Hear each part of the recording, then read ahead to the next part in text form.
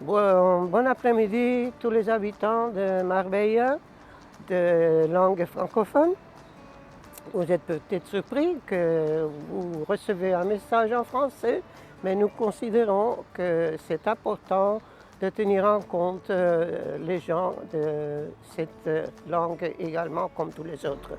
Je m'appelle Monique, j'habite Marbella depuis 15 ans, je suis belge.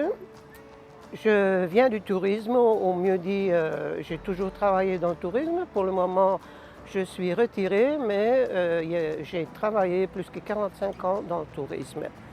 Et justement, le sujet qu'on va aborder aujourd'hui a à faire avec le tourisme indirectement, c'est-à-dire les habitations et le parc de maisons de Marbella et les 1000 de sans-abri qui se trouvent dans cette ville. Alors, qu'est-ce qui se passe? C'est un phénomène pas seulement lié à Marbella, ça se passe un peu partout dans l'Espagne où il y a du tourisme, où il y a des zones touristiques, mais Marbella vraiment a un grave problème parce que ça fait des années qu'on ne construit plus de maisons sociaux. Juste derrière moi, comme vous voyez, peut-être il n'y a pas grand-chose que vous pouvez voir. Il y a des arbres, mais derrière ces arbres, il y a des édifices qui sont vieux, plus vieux que 40 ans. Et on ne les a jamais réaménagés. On a simplement mis un peu de peinture en dehors, mais pour le reste, ce sont des maisons vraiment presque inhabitables. Ceci seraient les dernières maisons pour la population qui ne peut pas permettre des maisons. Et après ça, on n'a plus rien fait à Marbella.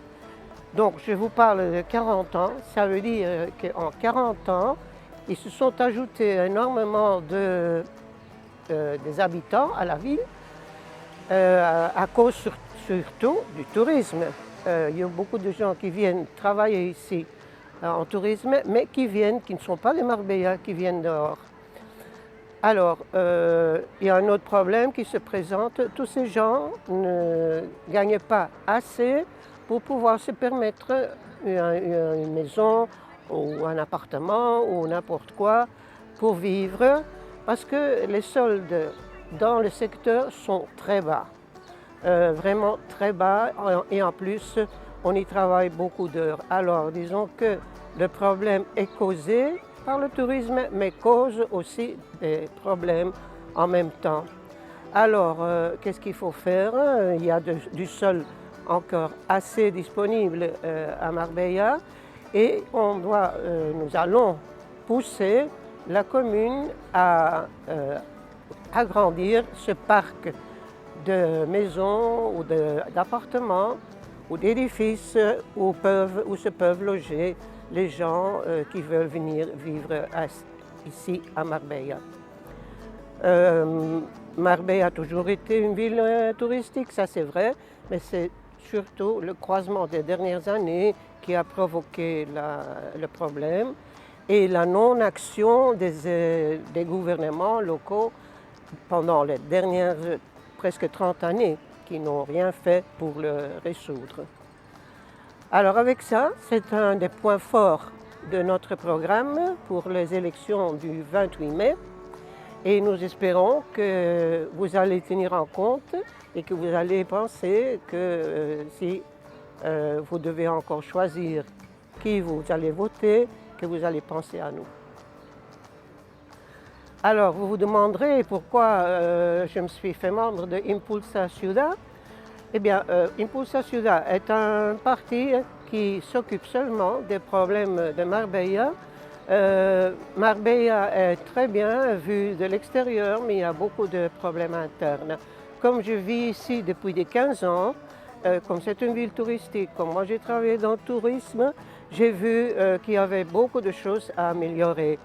Et aussi dans d'autres champs, comme dans le champ des maisons, des habitations, et comme les deux sont liés, alors j'ai bien décidé d'entrer chez Impulsa Ciudad. Je crois que c'est plus utile d'entrer dans un petit parti qui résout les problèmes locaux que non dans un grand parti où on ne sait jamais où on va arriver à la fin. Donc voilà, j'espère que vous appréciez notre effort et que vous allez y penser le 28 mai. Non, vous ne devez pas douter qu'Impulsa Ciudad va faire tout son possible, tout le possible, tout qui soit dans leurs mains pour améliorer, pour tout ce qui est amélioré dans cette ville.